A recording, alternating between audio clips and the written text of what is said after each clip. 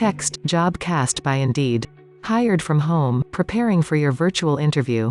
Samantha Rosenberg, Job Seeker Experience. Hi everyone, and welcome to the Jobcast. Meet your hosts. Photos of Samantha and Taylor Meadows. I'm excited to introduce our presenter today, Tailor Meadows. Tailor is a recruitment evangelist at Indeed, where he consults with national employers, helping them improve recruitment strategies through data, insights, and trends. And that's me, Samantha Rosenberg. I'm on Indeed's Job Seeker Experience team. We're responsible for creating helpful resources and events like this Jobcast and the virtual hiring tour for our users like you. Take it away, Taylor. Hi, everyone. It is so good to be with you today. We have put together this content with a lot of love for you. We want to go through all things virtual interviewing with you today so that you feel as confident as possible when it's time for you to actually have your conversation. Learning objectives. So this is what you can expect to learn today. I'm going to walk you through how to prep for a virtual interview, as well as tips and tricks around video interviewing best practices, really understanding that you're going to be encountering a variety of different platforms, as well as what to do when things don't go as planned, because technology is amazing until it's not. And then lastly, we're going to go over how to follow up after the event so that you leave a lasting impression on your interviewer. Text, we help people get jobs. This is our North Star at Indeed. So if you've joined any of our webcasts in the past, or if you've followed any of our work, you know that this is the most important thing to us. This is our mission. It's more important now than ever. And this is really why Indeed has helped employers shift all their hiring practices online, which is why we started the virtual hiring tour. Indeed.com/virtual hiring tour.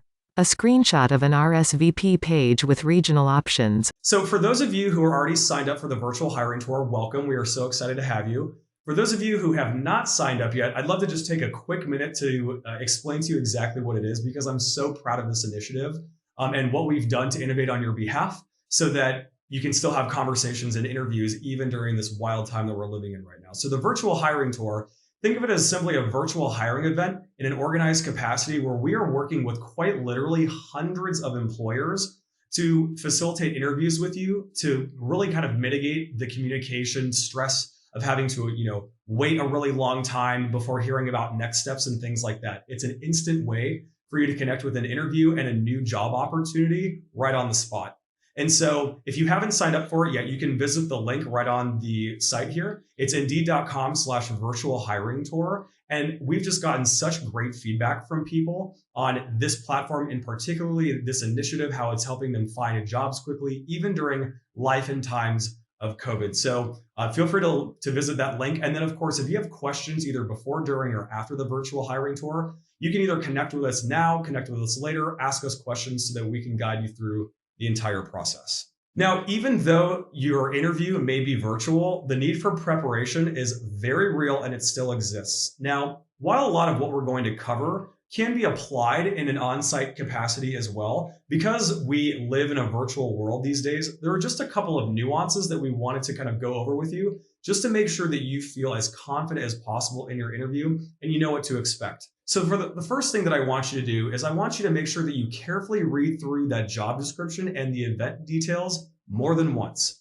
The reason for this is because, of course, not only are we going to offer you detailed descriptions of what the actual role entails and what you need to prepare for the interview itself, but the event description will then also go into greater details on really important things like whether or not this is going to be the first conversation in a series of many. Maybe if there are any certifications that the employer is looking for you to discuss or bring to the table, perhaps any additional materials they want you to have on hand, or maybe even what to wear to the interview. That's a question that we get asked all the time. What do I wear to my interview? And oftentimes the employer will make note of that on your behalf so that you don't even have to worry about it. So make sure that you read through that a couple of times to make sure that you're fully informed before you step into your interview. Now, the second thing that I want you to do is actually research the organization. There is nothing more impressive to a recruiter than when you can come to the table as a candidate and speak fluently to their business. So a couple of places that I want to recommend for you to educate yourself on the employer is first on their Indeed company page. So what you can do either from the job posting or just by going into the Indeed.com and typing in the name of the employer, you can actually land on their company page where you can do things like read reviews, which you can actually filter by job type and by location. So if you're really wanting to, get the skinny on someone's experience there in that role, you can do that. There's also another really great tab called Q&A where other people who have interviewed for the organization in the past or who have worked there in the past can ask questions, things like the interviewing experience, scheduling, comp and benefits, and things like that. So it's a great place to go and educate yourself on the employer without even having to do much heavy lifting. And then the second place, of course, is going to be their corporate career site. So making sure that you go, to that page, see if there are any gaps, right, that you need to fill in for yourself in terms of culture, values, and things like that. So that way, when it does come to have that conversation, you really can speak articulately to what it is that they're looking for and what it is that they believe in. I want you to consider tailoring your resume to the actual role that you're applying for. So what you can do here is a hack that I always recommend for people is when you're actually in the body of the job description, think about or identify key words that are in there that you can extract and then use in your resume so that way it's a very symbiotic match. It's a great way for you to propose your candidacy in a competitive fashion. And it allows the recruiter to see, that you actually have the skill sets and experience and characteristics that they're looking for. Something else that you can do that is great is to have a professional summary at the very top of the page as well. So that way, it's typically about one sentence in length, but it just kind of sets the tone for the rest of the document. And it kind of pitches, who you are and what you're looking for. Doing these things will allow you to really highlight your accomplishments and your skill sets in a really relevant way. Now, practice makes perfect, you guys. So what I want you to consider doing is work on a 1-minute elevator pitch about yourself. The idea behind this is so that because when you're in a virtual environment, especially in a virtual engagement, sometimes these interviews can be condensed in nature. So you just have less time to converse with your recruiter. But this is going to be a great opportunity for you to really define who you are as a professional and what your career goals are, and more importantly, how they're going to be relevant to the company. So when you're thinking about constructing this pitch, some maybe questions that you could use for inspiration are, am I better at data and crunching numbers, or am I more of a creative type, or do I have excellent customer service skills, or maybe even thinking about a quick story that you can talk about to really reference all these things. It's just going to create a much more personalized approach for you, and it's going to allow you to kind of identify yourself in a concise way. I want you to use your resume as a guide. So whether that's having the resume up on your actual desktop or if you print it out and have it next to you, it's just really good to be able to reference it quickly if you want to discuss maybe an accomplishment of yours, if there are any sort of numbers tethered to that accomplishment or a project that you've worked on. It's really great to be able to reference it quickly and use exact facts instead of trying to remember exactly what they are. Now, another thing that could be really great to really just influence the conversation in a positive way is to prepare at least one question. We are going to link in another article for you for ideas of what questions to ask in an interview. But again, because the conversation may be condensed in fashion, you may only have time to ask one. But a couple of great examples of questions that I would recommend would be, can you describe the working culture of the company? How does the company measure success for this role in particular? Or maybe, what is your company's customer service philosophy? I think that this is going to be a really great way for you to showcase that you've done your homework, but that you want to hear from them and allows them to kind of sell you on the role a little bit as well. And then test your tech. So we're going to dive into this in a greater capacity in just a couple of minutes. But what I want you to make sure that you do for every conversation you have is test your microphone and your camera and your internet connection so that that's not something that you have to worry about when you actually begin having the conversation. So that's actually going to parlay us really well into how to best set yourself up for success during the interview itself. So these are just some general best practices. The next couple of slides have a lot of info on them. Don't worry about frantically jotting all this down. We are recording this, so you are going to receive a copy of this to refer back to later. But I wanted to just kind of go over general best practices with you. General best practices. So the best thing that you can do, specifically if you do live in a home with other people, is to alert them ahead of time that you simply cannot be disturbed during the time of your interview. A best practice that I like to employ, I pad myself with about 15 minutes before my interview and about 15 minutes after so that I can do my final prep and then I can kind of collect myself afterwards so that way I don't feel rushed or I feel like I just have the time by myself to have the interview and conduct it in the way that I see fit. A trick that you might try is to face towards the door if you're afraid of this happening, so that A, you can non-verbally communicate to someone if they do walk in that now is not a good time, or they could quickly, when they do come in, the camera won't catch them. So it's a good way to protect yourself and also be able to communicate, right, that this is not a good time to be disturbed. A good trick of the trade as well is to make sure that your lighting is good in the room. So something that I do, right, I'm presenting this from my dining room table right now. I make sure that I am facing my series of bay windows so that I can leverage that natural light to come in and illuminate me. It really does a couple of wonders for you. It makes you look less tired. It allows you to look more engaged. But if you are relegated to a room that doesn't have great natural light, something I'd recommend is investing in a ring light. You can actually buy smaller clip-on ones now that clip right to your phone or your laptop that do a really good job of imitating natural light. So again, you still kind of get the effect. And you can find them on Amazon for less than 20 bucks. So I would recommend doing that if you are looking to just kind of present yourself more confidently in your interview. I want you to clean your space. This is something that I do on a daily basis, even if I'm not, in partaking in a ton of virtual conversations that day. But my second grade teacher, Mrs. Booth, said it best. She said, organized space, organized mind. I'm quite literally 34 years old now, and I still remember this. I'm actually going to be posting a video about this on my Instagram later because it does make such an impact. But when your space around you is clean, it really can help you project confidence and authority in a conversation, just based on that quick psychological trick. So try that out because I think that it would really help you. I know that it helps me. I want you to have a copy of your resume handy, as we talked about, for easy reference, and then set a glass of water nearby. It's okay to take a sip of water during a conversation. I certainly know that my body can play tricks on me when I'm either nervous or I'm wanting to really present myself. And part of that is just getting dry mouth. So just keep water near you. It's okay to sip it. We're all human. It really can kind of help reset you in the moment. Technology best practices. Now, I promise you that we talk about tech best practices. So of course, outside of your webcam, your microphone, and your audio, making sure that those work. Some things that you can do with respect to organized space, organized mind, because that translates to virtual as well, is to make sure that your desktop is cleaned up, that you are not showing any tabs, right, that you don't necessarily want to be seen. And in the event that you maybe need to share your screen to show something during an interview, you just want to present yourself, right, in an organized fashion virtually as well. And then make sure that all of your notifications are paused.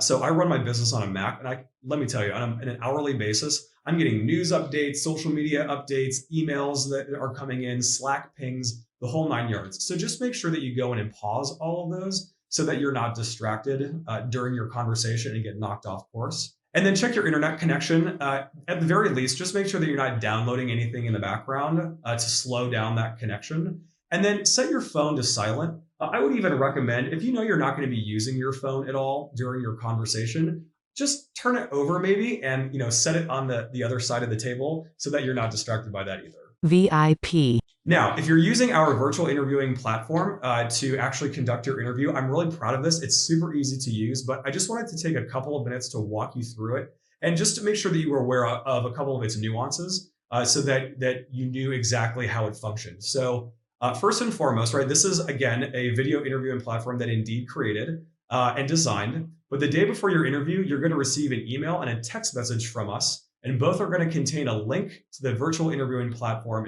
itself. So here's just a couple of things to keep in mind. First of all, it looks great and it works very well on a mobile device as well as a desktop. So feel free to use whatever device you feel most comfortable with. And then on the check-in screen, you're going to see a custom welcome message from the employer, and then you'll be prompted to get in line. From there, you're going to see a pop-up asking for your phone number, which will be used to text you when it's your time for your interview. So that way, you don't have to sit there just staring at your computer waiting. We'll notify you when it's time to actually come inside of the room. And at that point, then you'll be able to see how many people are in line ahead of you, which is great because it's going to give you a good sense for timing. And then at that point, then when it's actually your turn to be interviewed, you're going to see a timer on the page, which means that you have about 5 minutes to join, which is really important because otherwise you're going to get kicked to the back of the line, and we want to make sure that you're able to join on time. And then when you're ready, you can simply click go ahead and join interview room, and then you'll be put directly inside of the room, but you'll get to join first before your interviewer. So if you wanted to take a minute to set your camera right, make sure that you were all spiffed up, you'll be able to have a quick minute to be able to do that. And the great news about all this is that it looks and feels very similar to FaceTime or to Zoom. So all of those controls that like muting, stop the video, end call, all going to be there for you. Now, if you are using Zoom, which is totally fine, I use Zoom. We're using it right now, right? I use it for a series of my meetings. The first thing that you want to do is just make sure that those event details of your interview are saved in your own personal calendar so that you don't get dates and times mixed up.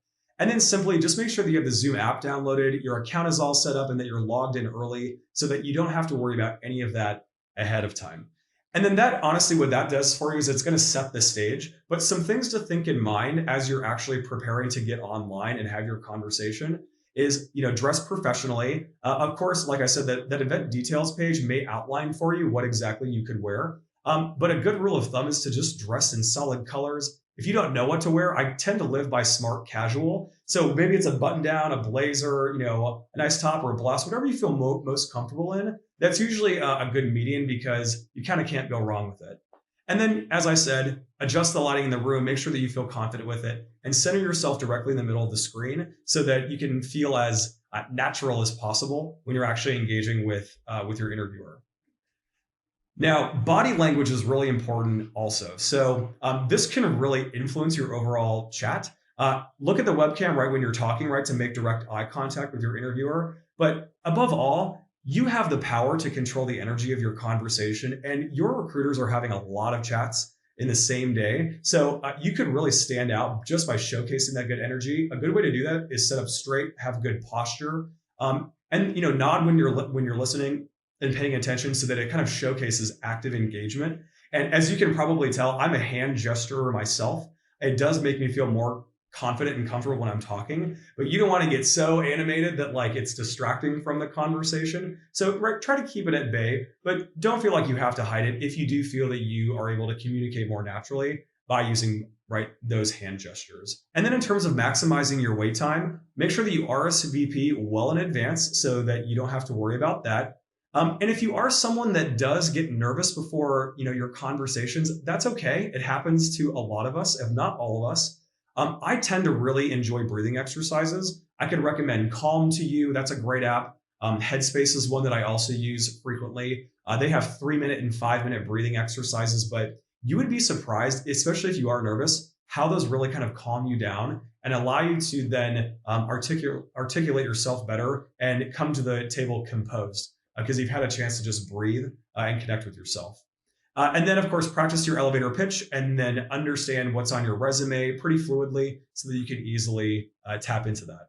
Now, as I said, there are things that go wrong all the time. It's of course, it doesn't ever happen until you're actually live in some sort of an environment. But if things do go wrong, use this to your benefit, right? So what a lot of recruiters will do is they will pay attention to how you actually respond to this. So if you do experience a video or an audio interruption, one of the best things that you can do is make sure that you confirm your phone number with your interviewer ahead of time to just say, if we do get disconnected, did you want to pick up the conversation via phone or maybe reschedule? It's just a great way to set those proper expectations so that if you do get cut off, it's not the end of the world. You can just pick up where you left off.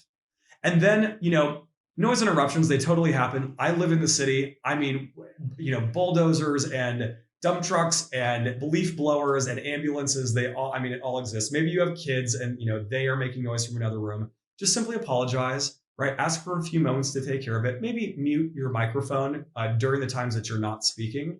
But then this also applies to then when someone, unexpectedly enters the room. So what you can do is again, apologize, right, for the disruption, ask for a few minutes, perhaps turn off your video and your audio, just take care of it quickly and then come back. Again, handling this with grace is really going to set you apart. I can assure you that your interviewers and your recruiters that you're talking to are also battling, right, other people being home and disruptions happening. So you're human, just politely excuse yourself, handle it, and you'll be good to go, I promise. And then finally, how to follow up. So what I would recommend is always make sure that you are sending a follow-up note afterwards. What I would say is you want to send it within 24 hours. And of course, thank them for their time. But maybe what you could do is identify a part of your conversation that really stood out to you. Maybe you cracked a joke and you got a little bit of a laugh out of it. Or if you want to maybe reiterate your 30, 60, 90 plan as to how you're going to tackle the role, whatever you can reiterate to identify who you are is just going to be a really great way to set yourself apart. Q&A. So, a lot of information in a short period of time. I know that I went through that pretty quickly, but I wanted to make sure that we had time for questions. So, Samantha is going to facilitate our Q&A for us. We have other folks on standby as well that have advice for you too. And then I will land the plane and take us home for you. So, Samantha, what questions came through the chat while we went through our content? Thanks, Taylor. Yeah, that was great. So there's actually quite a few questions around sample questions that that someone can ask their interviewer. And so just a quick note, there are a lot of articles on this actually on our Indeed career guide. So I highly recommend looking at those. Indeed.com/career-advice/interviewing/interview-questions-to-employers. And that's definitely a good question because you guys do want to make sure that you are asking those questions. It all at the same time as the interviewer is interviewing you and want to make sure that you're a good fit, but you also want to understand the company and make sure that you are going to enjoy and are a good fit for the company as well. So Taylor, do you have any specific questions or ideas where specific questions that they can be asking the interviewer? Yeah. So, I actually, one of the ones that I lean into the most is, well, first of all, always keep your questions open-ended if possible, because that invites more of a conversation. But what I always like to understand from the recruiter themselves is I say, talk to me about what your favorite part of your role is, or, what is something about the company that has really stood out to you, especially this year? Because that then really kind of invites a conversation around culture, around the employee experience. And then you're allowing them to talk about themselves, which I promise you they're not getting to do very often in these interviews because they do run so quickly. So anything that you can invite in around their experience, I think would be a great way to go. Awesome. All right. Someone asked, what if all you have is your cell phone to do the interview? So I can actually take this one. If you are interviewing this week or next week as part of the virtual hiring tour, the virtual interview platform actually allows you to use your mobile phone as well. So you'll receive, like Taylor said, 2 text messages and an email, and you can just click the link. You can do it through your email, so you can use your desktop or laptop device, or you can just use your phone. If you're not interviewing through the virtual hiring tour, that's definitely something I would recommend you talk to your to the hiring manager about before the interview, just to make sure that they understand that. Maybe you make that a phone call instead of a video interview. That's definitely something you can work with them on. But this week, definitely use your mobile phone if you are interviewing. All right, why don't we take a few more questions? So this is a good one. So if you are offered a job on the spot, but you feel that you still need more information or more time because maybe you are interviewing somewhere else before you accept, what can you do? So yeah, this is a question I've gotten in the past. So there is absolutely nothing wrong with being very gracious and grateful for the time, and especially if you are being offered on the spot. I mean, that's great. I think it's completely appropriate to say, thank you so much. I really do appreciate the offer. It's something I'm going to take into consideration. I do have a couple of more conversations to have, but I would love to, follow up with you in the next couple of days, or, maybe set your own time parameter around that to let them know when you'll be getting back to them on a decision. But it's completely okay to say that you're excited for the offer and thank them for it, but that you need a little bit of time to make your decision. Awesome. Definitely. All right. So someone asked, in the past, I was told that you should never discuss compensation, but in the event that they ask how should you respond?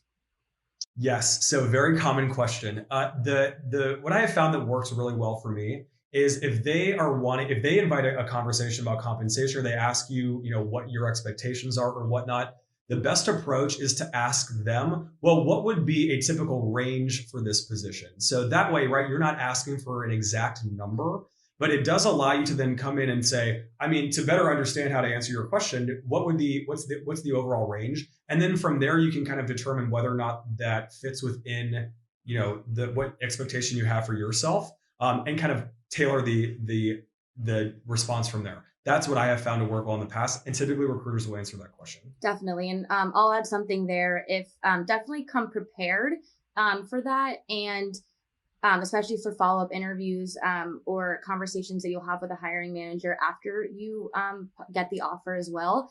And you actually can use Indeed has a awesome resource, an awesome tool called Indeed Salary Calculator, where you put in your position, your city and state, your number of years of experience, different things like that. And it'll basically provide you with a range of a normal compensation, like the low end, the high end, for someone with your experience in that type of role in your location.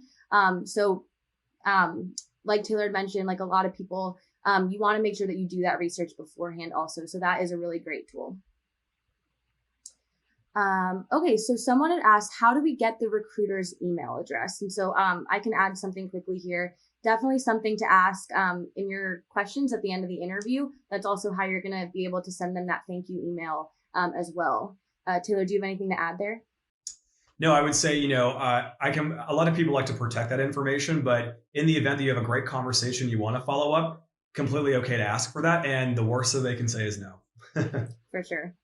I'll actually bring up a question that someone has asked in a few other webinars. And so someone wanted to know, are these interviews with recruiters or the hiring managers from the company? And I can actually take this one. And so this will depend.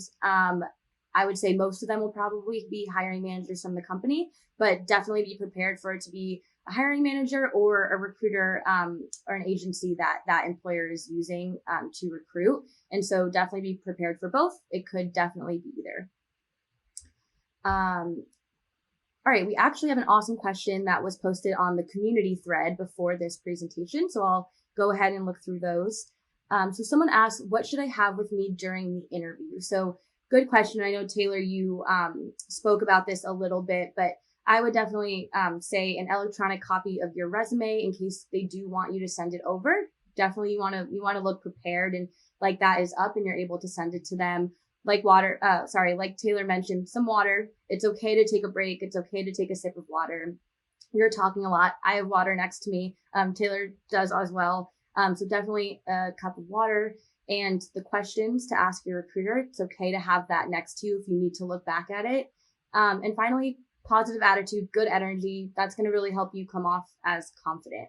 Taylor, do you have anything to add there? No, the only thing that I was thinking of quite literally is Moira when she sat down for lunch with Alexis and had her little questions on her napkin. It's like what I was thinking about. But quite literally, everything that we had mentioned is fair game. And if it helps you stay organized to have questions prepared and have them sitting next to you, totally cool. Awesome. Love that show, by the way. All right. Why don't we take just two more questions? We'll go a little over time. So someone asked if more than one person is signed up for the same interview time slot, are we all getting interviewed together, or in a group or separately? So if you are interviewing as part of the virtual hiring tour and you're interviewing on our virtual interview platform, then that will most likely be separate. So it'll be you and the hiring manager or the recruiter. But of course, if you are not interviewing on Indeed's platform and you are interviewing with an employer, maybe via Zoom, Skype, phone interview, any other way that's not on our platform, then it's definitely a possibility that there will be a group. So that is something you can ask the hiring manager beforehand if you would like, I would say. But if you are interviewing as part of the tour this week or next week, it'll most likely be just you and the interviewer. All right, why don't we take one last question, Taylor? And I think this is a really good one. So someone asked how to show your personality during the interview. Do you want to speak to this? Yeah, absolutely. I keep that same thing in mind for myself when I'm delivering webinars because I want to make them like personable and interesting. I would say the first thing that you can do is, don't be afraid to your nonverbals that I was talking about, hand gestures, things like that. It keeps it more natural. That's a game changer for me that I find really helpful. But something that you might do ahead of time is if you can get the name of the individual that you are going to be talking with, maybe look them up on LinkedIn or something like that ahead of time so that you can break the ice with maybe some sort of a common overlap or something like that. Maybe you went to the same school, whatever that might be. That kind of breaks the ice. And that's then allows you to have, conversations that are natural. And then if, you're a part of a volunteering organization, or if that's important to you, like any sort of personal endeavor in that sense is also great content to share out because, right, it showcases who you are as a person and will translate very well to who you are as a potential employee. Awesome. Yeah, those are great tips. All right, so I think that's all the time we have for questions today. Just a reminder, you guys can continue asking questions and keep the conversation going on the community at go.indeed.com/hiredfromhome. If you did find this to be helpful, check out our other Jobcasts at go.indeed.com/jobcast. And for the latest information from Indeed, make sure you follow us on social media.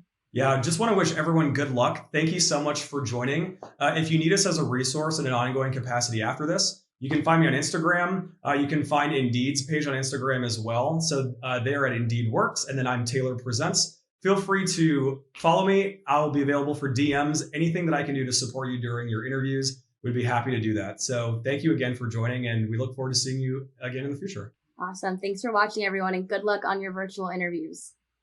Text Jobcast by Indeed